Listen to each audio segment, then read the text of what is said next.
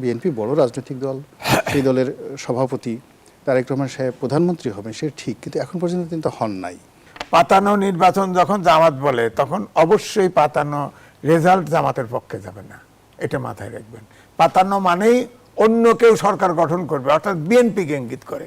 BNP সরকার গঠন করবে, তারা এটা বুঝে ফেলছে। মূল কারণ হলো যে আমাদের যে জনগণ সবসময় তারা অস্থির এবং তারা সবসময় মানে একটা আন্দাজ করার চেষ্টা করে যে বাতাস কোন দিকে।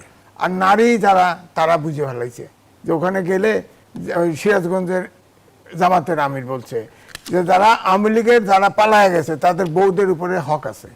তো এই নারী নেত্রীরা অনেক ইন্টেলিজেন্স, খুব ব্রেনি, ওরা তো বুঝে ফেলাইছে যে এখানে থাকলে তো একসময় হকের তালে পড়ে যেতে পারি। যেভাবে সেনাবাহিনী তাকে স্যালুট দিচ্ছে, যেভাবে পুলিশ তাকে তোয়াজ করছে, এনএসআই ডিজি তার সঙ্গে দেখা করছেন, রাষ্ট্রদূতরা তার সঙ্গে আসছেন, অ্যাজ ইট ইজ, মানে মনে হচ্ছে যে তারেক রহমান সাহেবের প্রধানমন্ত্রী হিসেবে শপথ নেওয়া আর অফিসে বসা এটা একটা ফর্মালিটিস। পরিবর্তিত রাজনৈতিক প্রেক্ষাপটেও কেন পাতানো নির্বাচনের আশঙ্কা করা হচ্ছে? মোটামুটি হলো যে জনাব তারেক রহমান সাহেব আসার আগে, বাংলাদেশে আসার আগে মোটামুটি একটা ভারসাম্য ছিল। ভারসাম্যটা হলো যে জামাত এনসিপির কথা মতো প্রশাসন চলতো, আর বিএনপির যে ব্রুট মেজরিটি ছিল জনপ্রিয়তা, সেই জনপ্রিয়তার কারণে মাঠে ঘাটে ময়দানে সেখানে শুধু বিএনপির আওয়াজ ছিল। তো যখন আপনার একটা ব্যালেন্স অফ পাওয়ার থাকে, ক্ষমতার একটা ভারসাম্য থাকে, তখন সেখানে উভয় পক্ষই মোটামুটি স্যাটিসফাইড থাকে। বিএনপি মনে করছে যে আমরা নির্বাচনে প্রশাসনের সাহায্য সহযোগিতা ছাড়াই আমরা জয়লাভ করতে পারব। অন্যদিকে NCP, doctor Mohammad Yunus, kings party, Jamaat, বিভিন্ন রকম যারা আছে তারা বিভিন্ন রকম ম্যানিপুলেট করা, প্রশাসনকে কাজে লাগানো, তারপরে আরও অনেক যে সকল ইলেকশন ইঞ্জিনিয়ারিং রয়েছে তারা করবে কি করবে না, তার চেয়ে বড় ব্যাপার হলো তারা এই বিষয়গুলোর ব্যাপারে যথেষ্ট আশাবাদী ছিল যে তারা কিছু এটা করতে পারবে। তো এভাবে যখন চলছিল ঠিক সেই সময়টাতে তারেক রহমান সাহেব এলেন। তো তারেক রহমান সাহেব আসার পরে পুরো রাজনৈতিক পরিস্থিতি 180 ডিগ্রি অ্যাঙ্গেলে উল্টে গেল। এখন সব কিছুই তারেক রহমান সাহেবের নিয়ন্ত্রণে। তার হাঁটা চলা, চালচলন, এগুলো সবই একজন প্রধানমন্ত্রীর মতোই তিনি প্রোটোকল পাচ্ছেন রাষ্ট্রের পক্ষ থেকে। তো এটা অন্যান্য যারা রাজনৈতিক দল সঙ্গত কারণে তারা অপমান বোধ করছেন, কষ্ট পাচ্ছেন, ঈর্ষান্বিত হচ্ছেন এবং তারা মনে করছেন যে এটা নির্বাচনের যে লেভেল প্লেয়িং ফিল্ড এটা হয় না। এখন বিএনপি বড় রাজনৈতিক দল, সেই দলের সভাপতি তারেক রহমান সাহেব প্রধানমন্ত্রী হবেন সে ঠিক, কিন্তু এখন পর্যন্ত কিন্তু হন নাই। তো যারা রাজনৈতিক দল সেখানে ভিপি নুরুল হক নুরু বলেন কিংবা জুনায়েদ সাকি বলেন অথবা আপনার সাইফুল হক বলেন, মানে যারা তারেক রহমান সাহেবের সাথে আছেন তারা সহ এনসিপির নাহিদ ইসলাম কিংবা জামাতের আমির ডক্টর শফিক, তারা সঙ্গত কারণেই মনে করতে পারেন যে রাজনৈতিক দল হিসেবে আমরা তো সবাই একই পর্যায়ের এবং আমাদের মর্যাদা তারেক রহমান সাহেবের মতোই। তো আমাদেরকে কেন মিলিটারি প্রোটোকল দিচ্ছে না, আমাকে কেন পুলিশ সেলুট দিচ্ছে না? তো এই জিনিসগুলো যে কোনো কারণেই তারা একটা ইনফেরিয়র কমপ্লেক্সের মধ্যে ভুগেছেন। এটি হলো এক। 2 নম্বর হলো যে এই গত 17টি মাস ধরে জামাতকে কেন্দ্র করে যেমন একটা যাকে বলা হয় ভাইব ছিল যে জামাত সব পারে, জামাতের অনেক ক্ষমতা, তারপরে তাদের একটা ভাইব ছিল যে জামাতই হয়তো কৌশল করে ছলে বলে একটা ইসলামী বিপ্লব ঘটিয়ে তারা রাষ্ট্র ক্ষমতায় আসবে। ওদিকে কিংস পার্টি নিয়েও কিন্তু অনেকের ভয় ছিল এবং ভয়টা এত প্রবল ছিল যে বিএনপি নেতা সালাউদ্দিন সাহেব তিনিও দেখা গেল যে নাহিদ ইসলামের সঙ্গে যখন কথাবার্তা বলছিলেন অবস্থা দৃষ্টি মনে হচ্ছিল যে নাহিদ ইসলামের যে ওয়েট এবং তার যে গ্রাভিটি এটা কোনো অবস্থাতেই তারেক রহমান সাহেবের চেয়ে কম নয়। আপনি দেখছেন সালাউদ্দিন সাহেব একটু লম্বা প্রকৃতির আর নাহিদ একটু খাটো, তো হ্যান্ডশেক করতে গিয়ে উনি একেবারে যতটা সম্ভব মানে যেটাকে মানে মাথাটা নুয়ে যতটা সম্ভব শরীরটা একটু করে তাকে যে আদর করেছেন, স্নেহ করেছেন, এতে মনে হচ্ছিল যে নাহিদ ইসলামী হয়তো প্রধানমন্ত্রী হয়ে যাবেন। তো এরকম আপনি একবার দুবার একজনের সাথে আপনার এখানে চিন্তা করেন আমি একদিন আসলাম, আপনি খুব আদর যত্ন করলেন, আরেকদিন আমাকে চিনলেনই না, বা দেখা গেলো একদিন আসলো সব লোকজন মানে আমাকে সেলুট দিল, তারপরের দিন আমাকে বললো তুই কে। তো এরকম একটা অবস্থা হয়ে গেছে যেখানে বিএনপির যারা লোকজন তারা যমুনাতে ডক্টর মোহাম্মদ ইউনূসের সাক্ষাৎকার পাওয়ার জন্য তীর্থের কাকের মতো বসে থাকতেন, 3বার 4বার অ্যাপয়েন্টমেন্টের চেষ্টা করে তারা দেখা করতে পারতেন না। আবার অন্যদিকে যেদিন জামাতের আমির যেতেন বা যেদিন নাহিদ ইসলাম যেতেন সেই দিন যমুনাতে সানাই নহবত বেজে উঠত, মনে হতো যেন রাষ্ট্রীয় মেহমান আসছেন। তো সেই যে অবস্থা, সেই রমরম অবস্থা এখন সবার জন্য একটা দুর্ভিক্ষ শুরু হয়েছে। রাজনীতির এই বাক পরিবর্তনের পেছনে কি কারণ? মূল কারণ হলো যে আমাদের যে জনগণ সবসময় তারা অস্থির এবং তারা সবসময় মানে একটা আন্দাজ করার চেষ্টা করে যে বাতাস কোন দিকে। আমাদের এই দেশের বেশিরভাগ মানুষ জোয়ারের পক্ষে থাকতে রাজি, কখনো ভাটার দিকে তারা যেতে চায় না, কখনো উজানে নৌকা বাইতে চায় না। তো এখন তারেক রহমান সাহেব আসলেন, বেগম জিয়ার যে একটা যুগান্তকারী ঐতিহাসিক জানাজা হলো, সব মিলিয়ে যারা লোকজন তারা মনে করলেন যে বিএনপি ক্ষমতায় চলে আসছে। তারপরে যেভাবে সেনাবাহিনী তাকে সেলুট দিচ্ছে, যেভাবে পুলিশ তাকে তোয়াজ করছে, এনএসআই ডিজি তার সঙ্গে দেখা করছেন, রাষ্ট্রদূতরা তার সঙ্গে আসছেন, অ্যাজ ইট ইজ মানে মনে হচ্ছে যে তারেক রহমান সাহেবের প্রধানমন্ত্রী হিসেবে শপথ নেওয়া আর অফিসে বসা এটা একটা ফর্মালিটিস, কিন্তু আসল কাজ হয়ে গেছে। তো এর ফলে কি হলো, যারা অতীতে এই গত 17 মাস যাবৎ ক্ষমতার পাদপীঠে ছিলেন, নিজেদেরকে প্রধানমন্ত্রী ভাবতেন, লোকজনও তাদেরকে চিন্তা ভাবনা করতে, এখন তারা খুব ভীষণ রকম বেকায়দায় পড়েছে। একটা মাছ পানিতে যেভাবে শক্তিশালী থাকে, সেই মাছটিকে যখন মানে উপরে উঠে আনা হয়, তার ভিতরে যেমন অক্সিজেনের সমস্যা হয়, এখন এই গত 17 মাসে যারা খুব তেলে ঝুলেছিলেন, এখন তারা সবাই অক্সিজেন সমস্যায় পড়েছেন। এই তারেক রহমান সাহেবকে নিয়ে অতিরিক্ত যে সবার আকর্ষণ, ভীষণ রকম আকর্ষণ, মানে এমন মানুষ মনে হয় যেন তারেক রহমান সাহেবকে জীবনে তারা দেখেনি, সারাদিন খালি তার সাথে তাকাই থাকবে। কোথায় ফেসবুকে তারেক রহমান আছে, কোথায় খবরে আছে, আর সাংবাদিকরাও সেখানে গিয়ে দলে দলে দাঁড়িয়ে থাকবে তার সঙ্গে যারা দেখতে গেল, মানে ওটা মানে তারেক রহমান সাহেবের অফিস লাইভ মানে টেলিকাস্ট করার জন্য সাংবাদিকরা বসে থাকে। তো ঢাকা বিশ্ববিদ্যালয়ের ভাইস চ্যান্সেলর তিনিও গিয়ে তারেক রহমান সাহেবের সাথে দেখা করলেন। তো এটা তো আবার জামায়াতের আমির, ধারণা করা হয় যা ঢাকা ইউনিভার্সিটির ভাইস চ্যান্সেলর হয়তো জামাতপন্থী, আমি জানি না, বাট মনে করে সবাই। পরে শেষে সেই ভদ্রলোকও জামাতের আমিরের সম্মান বাঁচানোর জন্য তারেক রহমান সাহেবের সাথে দেখা করার পর জামাতের আমিরের সাথে দেখা করে আসছে।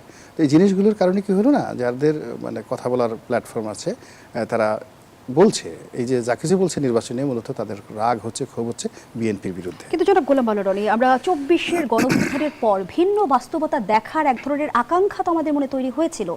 এখনো আপনার বক্তব্য শুনে মনে হচ্ছে যে রাজনীতি ক্ষমতার বলেই আবদ্ধ, ক্ষমতার দিকে আমরা ঝুঁকে যাচ্ছি।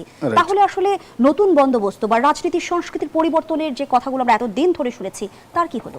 এগুলো সবই আসলে কথার কথা ছিল। এই কারণ হলো নতুন একটা বন্দোবস্ত করার জন্য নতুন চিন্তা চেতনা, ধ্যান ধারণা মানুষ দরকার। তা আমাদের এখানে যারা বাংলাদেশে, তো হঠাৎ করে এই ধরনের কোনো রেভলিউশন হয়নি। হঠাৎ করে আমাদের দেশে দেশ বিদেশ থেকে আপনি চিন্তা করেন যে লেনিন, তিনি একটা রুশ বিপ্লব করলেন, তিনি দীর্ঘদিন জার্মানিতে ছিলেন। তো ইউরোপ থেকে তিনি গণতন্ত্র এবং সমাজতন্ত্র যেভাবে শিখে এসেছেন, ওটার ধারাবাহিকতায় তার একটা গ্রুপ অফ পিপল ছিল, স্ট্যালিন ছিল, লেনিন ছিলেন, ট্রটস্কি ছিলেন, তারা সবাই মিলে এরকম একটা রুশ বিপ্লব করলেন। তারপরে আবার বিপ্লব করার পর প্রতি বিপ্লব হয়ে গেল, বলশেভিক এবং মেনশেভিক বিপ্লব হয়ে গেল। তো বিপ্লবের যে ইতিহাস রয়েছে সারা দুনিয়াতে, আমাদের দেশে তো সেটা হয়নি। আমাদের দেশে একটা গণঅভ্যুত্থান হয়েছে স্বতঃস্ফূর্ত।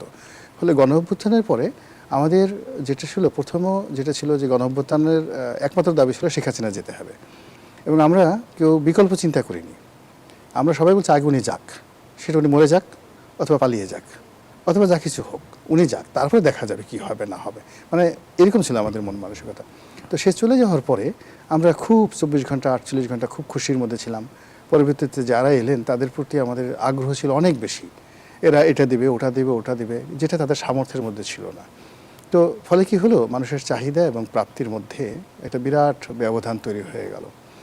আর অন্যদিকে যে সমস্ত লোকজন হঠাৎ করে দায়িত্ব লাভ করলেন, আপনি বোঝার চেষ্টা করেন, আসিফ মাহমুদ, সজীব ভুইয়া, মাহফুজ কিংবা সার্জিস, হাসনাত, এরা মানে 30 বছর বয়স এদের, এরা মানে একটা পাবলিক পরীক্ষাতে বিসিএস পরীক্ষা কখনো দেয়নি। এখন তাদেরকে আমরা মন্ত্রী বানিয়ে ফেলেছি, বড় বড় মন্ত্রণালয় দিয়েছি, এবং যাদেরকে মন্ত্রী তো দেয়নি তাদেরকে মন্ত্রীর চেয়েও বড় সম্মান করেছি, মর্যাদা দিয়েছি। তাদেরকে গ্র্যান্ড লিডার হিসেবে আইদার এজুকের সি এগোয়ে ভাড়া কিংবা ফিদেল ক্যাস্ট্রো, ইয়াসির আরাফাত, বঙ্গবন্ধু শেখ মুজিবুর রহমান, ওই পর্যায়ে তারা নেলসন ম্যান্ডেলা। তা আমরা এই যে তরুণ যে সমস্ত অন্ততপক্ষে 1 ডজন তরুণ নেতা এবং নেত্রী যারা এই গণঅভ্যুত্থানের মাধ্যমে আসছে, আমরা তাদেরকে সবাইকে এরকম বড় বড় বিপ্লবী বানিয়ে দিয়েছি। কিন্তু গণঅভ্যুত্থানের পরে তারা কিন্তু এক ধরনের স্বপ্নও দেখিয়েছিল, নতুন রাজনৈতিক বন্দোবস্তের কথাও তারা বলেছিল, কিন্তু স্বপ্ন আর বাস্তবতার সাথে ফারাক কতটুকু? স্বপ্ন ব্যাপার হলো যে তারা কি স্বপ্ন দেখাবে, মূলত তাদের তো কোনো অভিজ্ঞতা নেই। তারা নিজেরাই স্বপ্ন একটা দেখানোর জন্য তো মানে কি বলবো, মানে আপনার যে একটা স্বপ্ন দেখাবেন এর জন্য তো আপনার একটা অভিজ্ঞতা থাকা লাগবে। আদারওয়াইজ আপনি যদি স্বপ্ন দেখেন সেটা একটা শিশুতোর স্বপ্ন হয়ে যাবে। একটা ছোট বালক যদি আপনাকে বলে যে তোমাকে চাঁদের দেশের বুড়ির কাছে নিয়ে যাব, ওখানে বেগুন ভাজা দিয়ে তোমাকে ভাত খাওয়াই নিয়ে আসবো, আপনি খুব মজা পাবেন। শিশু মানে আবল তাবল বলছে, কিন্তু একজন লোক যিনি হিমালয়ের চূড়ায় পৌঁছেছেন, সে বা মেরু অঞ্চলে গেছেন, সেই এডমন্ড পিয়ারি বলেন বা সেই যারা হিমালয় জয় করেছেন তারা বলেন, তারা যখন আপনার কাছে এসে বলবেন একটা কথা যে তোমাকে আমি হিমালয়ে নিয়ে যাব, দেন ইউ উইল বিলিভ। এখন এই যে যারা যুবক আছেন তারা আমাদেরকে কি স্বপ্ন দেখাবেন? তাদের তো সেই স্বপ্ন দেখানোর মতো কোনো অভিজ্ঞতা কোনো কিছু না, এটা জাস্ট ইলিউশন। এখন ওই যে বললাম যে সেই ইলিউশনের কারণে কিন্তু আমরা এই যে বললাম যে সেই ইলিউশনের কারণে ওই তরুণ যুবকদেরকে নিয়ে আমাদের যে ইলিউশন ছিল, জামাতকে নিয়ে আমাদের যে ইলিউশন ছিল, তার চেয়ে 100 গুণ ইলিউশন এখন জনাব তারেক রহমান সাহেবকে নিয়ে হয়ে গেছে, আমরা সবাই মনে করছি। এবং কিন্তু আমরা তো জানি যে ইলিউশন কিছুক্ষণ পরে কেটে যায়। শুধু কাটে না, এটা আরও প্রতিঘাত হয়ে মানুষের জীবনে আসে, ঝামেলা তৈরি করে। আপনি যখন দেখা গেল যে স্বপ্নে খুব বড় কিছু খেলেন, পোলাও কুরমা খেলেন, কিন্তু বাস্তবে যখন আপনার কোয়ালিটি আছে ধরেন পুঁই শাক খাওয়ার, কিন্তু সেদিন আপনাকে পুঁই শাকের পরিবর্তে পুঁটি মাছ দিল, কিন্তু ওটা আপনার কাছে ভালো লাগবে না, যেহেতু আপনি স্বপ্নে পোলাও কুরমা খেয়ে আসছেন। এই জন্য ইলিউশনটা করে কি মানুষের বাস্তব থেকে অবাস্তবে নিয়ে যায়, নিয়ে যাওয়ার ফলে তার সামনে যে রিয়েলিটি থাকে সেই রিয়েলিটিটা মানে সে আর কখনো ফিরে আসতে উচ্চভিলাষী পারে না। স্বপ্ন আমাদের ক্ষতিগ্রস্ত করে যাচ্ছে, মারাত্মকভাবে করে যাচ্ছে যে কোনো এই যে সময়। জামায়াতের সাথে এনসিপি জোটবদ্ধ হলো, এনসিপি লাভবান হলো না ক্ষতিগ্রস্ত হলো? না না, এটা তো অনিবার্য ছিল, বিকজ আমরা তো সবাই জানতাম, আজিজ ভাই আমরা বিভিন্ন জায়গাতে টকশো করেছি, আমরা সবাই জানি যে এনসিপি জামাতের বি টিম, এটা ওপেন সিক্রেট ছিল। এখন আমরা যে এতকাল যাবো যে কথাবার্তা বলেছি, আমাদেরকে যারা গালাগালি করতো তাদের মুখে চুনকালি মেখে জামাত আর এনসিপি এক হয়ে গেল। এটা তো জাস্ট কি বলবো, আমদুধ এক হয়ে গেলে যেভাবে সুন্দর দেখায়, এখন জামাত আর এনসিপি এক হয়ে গেছে, সুন্দর হয়েছে, খারাপ কিছু হয়নি। সমঝোতার আলোচনা তো বিএনপির সাথে এনসিপির চলেছে, তার মানে কি কৌশলের রাজনীতিতে জামায়াত এগিয়ে গেছে? এটা অভিনয় ছিল। জামাতের জন্য সবচেয়ে লাভজনক হতো জামাত যদি এনসিপিকে বিএনপির সাথে ঢুকিয়ে দিতে পারতো, কিন্তু বিএনপির দুর্ভাগ্য বা এনসিপির সৌভাগ্য যে এই জিনিসটা হয়নি। কিন্তু তাদের প্ল্যান ছিল যে এনসিপিকে যদি বিএনপিকে, তাদের ফার্স্ট টার্গেট ছিল এনসিপিকে আলাদা একটা স্বতন্ত্র বডি হিসেবে দেখানো, যে তারা আসলেই একটা বিরাট শক্তি। তো সেই শক্তিটা যখন তাদের প্ল্যান এ ফেল করলো, তারা দ্বিতীয় চেষ্টা করলো, জামাত চেষ্টা করলো যে ঠিক আছে এটা কোনো মতে অন্যের ঘরে ঢুকে দেওয়া যায় কিনা। আমি একটু বুঝতে চাই জনাব গোলাম মোল্লা রনি, রাজনীতির দাবা খেলায় সবকিছু কি নিয়ন্ত্রণ জামায়াতের হাতে? জামাতের হাতে কোনো কিছু নিয়ন্ত্রণ তারা চেষ্টা করেছে নিয়ন্ত্রণ করার জন্য। এর কারণ হলো তারা তো যে গত সেই 2009-10 সন থেকে বিভিন্নভাবে খেলছে। তো খেলতে খেলতে তাদের গুপ্ত রাজনীতিতে একটা সফলতা এসছে। তারা অনায়াসে বিএনপির মধ্যে মিশে যেতে পেরেছে, তারপরে চরমোনাইতে মিশে যেতে পেরেছে, তারপরে আওয়ামী লীগের সঙ্গে মিশে যেতে পেরেছে, ভারত চীন সব জায়গাতে তারা মিশে যেতে পেরেছে, এবং এটাকে মনে করেছে যে দে ক্যান ডু এভরিথিং। কিন্তু এই বিষয়গুলো যখন 18 কোটি মানুষের সঙ্গে গণমানুষের রাজনীতির এই ইলেকশন কেন্দ্রিক একটা চলে আসছে, তখন জামাত বুঝছে যে না, ওটা তাদের যে চালাকি সলসাতের ম্যাজিক, মানে